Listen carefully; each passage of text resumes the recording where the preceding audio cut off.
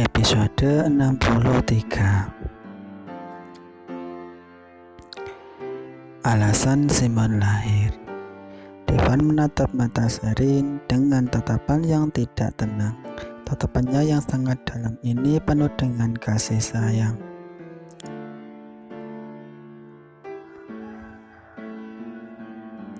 Sebelum punyai Simon, aku pernah, tetapi setelah mempunyai Simon bersama kamu, ini adalah yang pertama kali.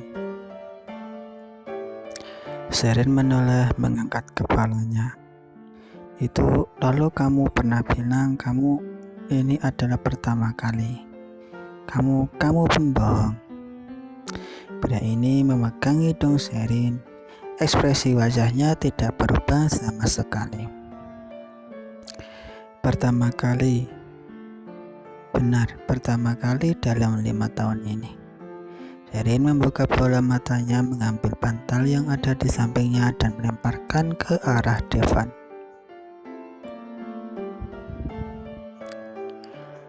Devan, kamu benar-benar tidak tahu malu. Pada hari itu kamu malah menyuruh aku untuk minta maaf. Kemudian Devan menarik lengan Sherin, menarik ke dalam pelukannya. Sudut bibirnya terangkat, mulai tertawa dan berkata, "Kamu boleh bertanya alasan mengapa selama 5 tahun ini aku tidak pernah menyentuh wanita, termasuk Gabriel." Sherin menundukkan kepala, berpikir, lalu bertanya, "Apakah kamu mengalami masalah kesehatan seksual? Apabila tidak, ini sangat tidak masuk akal. Seorang pria yang normal sangat aktif pada usia seperti ini." Ekspresi Devan menjadi datar. "Apakah IQ kamu nol? Mengalami masalah di seksual? Malam itu kita bisa melakukannya bersama, bukan?" ucap Devan. "Malam itu aku sama sekali tidak mempunyai ingatan." Sherin berkata jujur, malam itu dia benar-benar tidak tahu apa yang terjadi.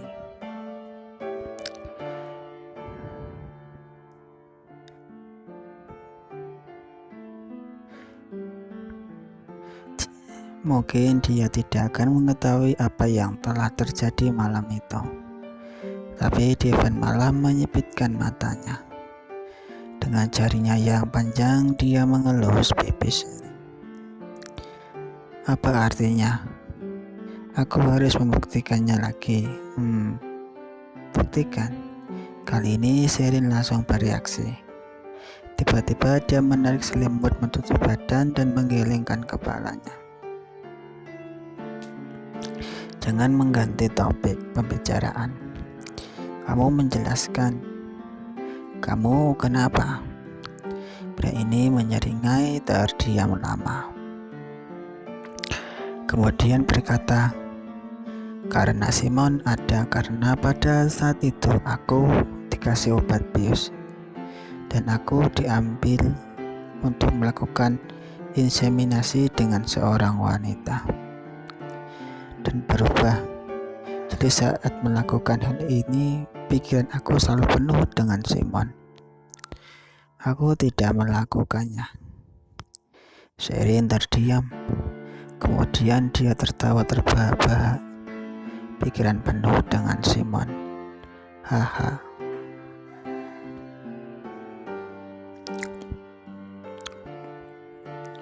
Tetapi saat dia tertawa, tiba-tiba dia berhenti, setengah berdiri menatap Devan. Menatap dengan ekspresi yang serius, dia bertanya, "Kamu tadi bilang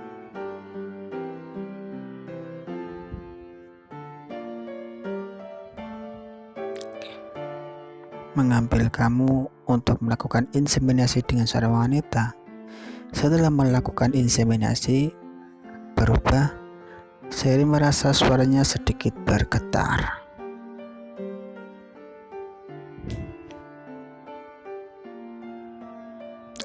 Dia bangkit setengah berjongkok di kasur. Bertatapan dengan Devan, seluruh tubuhnya merasa tegang. Itu maksud kamu adalah kamu tidak mengetahui siapa ibu kandung Simon, dan kamu melakukannya dengan tidak rela. Sherin memperjelas pertanyaannya kepada Devan. Devan mengerutkan kening terhadap reaksi Sherin. Dia tidak mengerti, tetapi dia menganggukkan kepala. Kemudian dia berkata, ayahku yang menyuruh orang untuk melakukannya. Tapi dia tidak mengatakan siapa wanita tersebut, juga tidak menjelaskan mengapa dia melakukan hal seperti ini.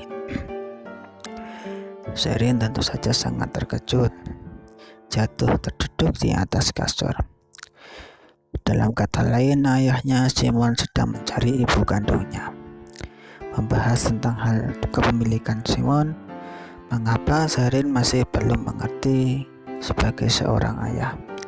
Dengan alasan apa dia melakukan hal seperti ini kepada anaknya sendiri?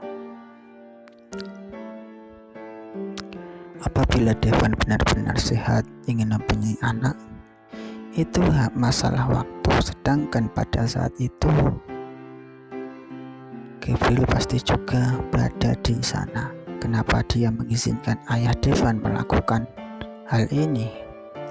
Pria yang dia cintai bersama dengan wanita lain mempunyai anak. Apabila hal ini terjadi pada dirinya, Sherin juga pasti tidak akan bisa menerimanya.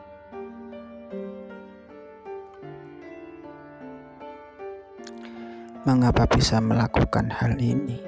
Mengapa?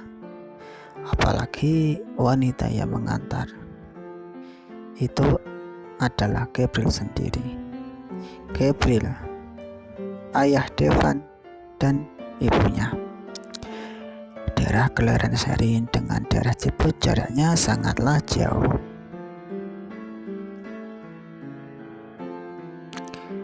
Bagaimana ayah Devan mencarinya sampai ke tempat tersebut? Apakah ayah Devan dan ibunya Sherin saling mengenal? Sherin menarik kesimpulan seperti ini. Dia merasa sangat pusing memikirkan semua ini.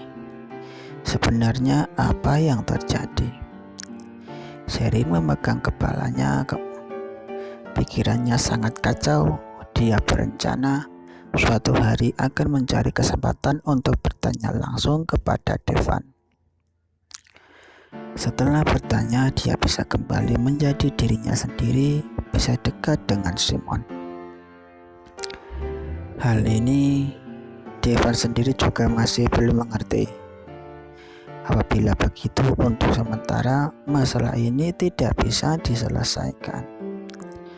Apa yang sedang kamu lakukan? Devan menatapnya. Dia menggaruk kepala dengan bingung. Dia bertanya. Badan Sherin bergetar. Dia menggigit bibir bawahnya, mengangkat kepala dan lalu menggelengkan kepala pada Devan. Tidak apa-apa. Aku hanya pernah mendengar hal-hal tentang Simon. Aku merasa Simon sangat kasihan. Aku berpikir kamu tahu tentang ibu kandung Simon dan juga tahu kenapa Simon dilarikan. Tetapi tidak menyangka kamu sendiri juga tidak mengetahuinya. Suara Sherin yang gugup. Kata-katanya seperti ingin menjelaskan sesuatu. Tetapi karena hubungan Sherin dengan Devan punya reaksi seperti ini adalah hal yang normal.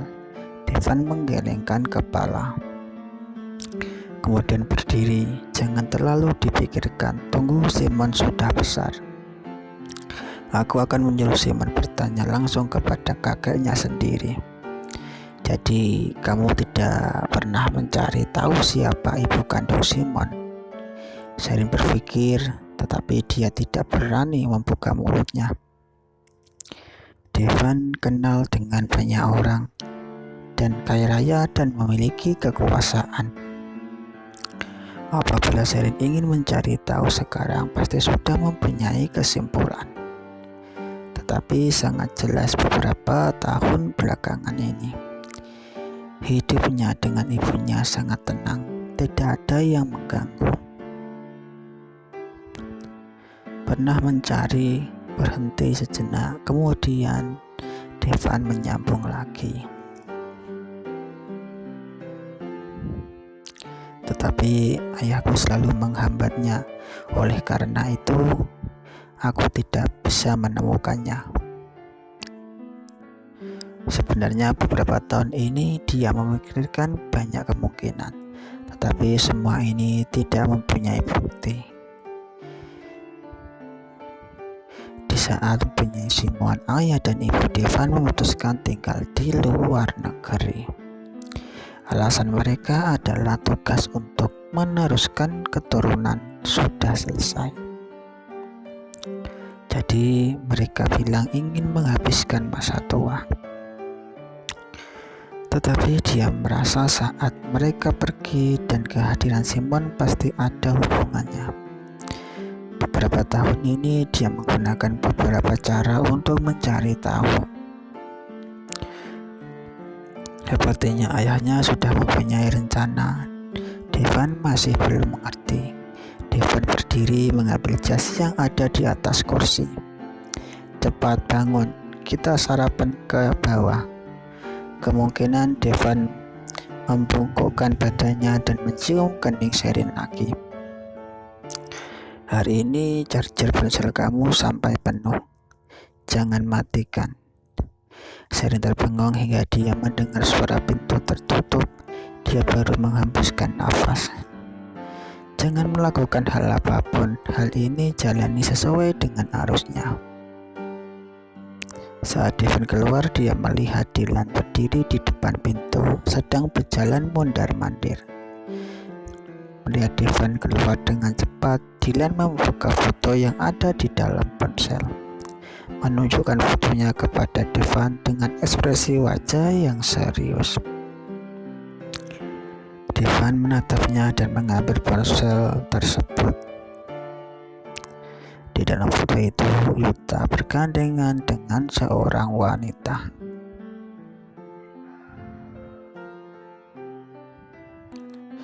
Berjalan di atas karpet merah, Devan berpikir mungkin ini adalah wanita yang semalam dia jumpai di hotel.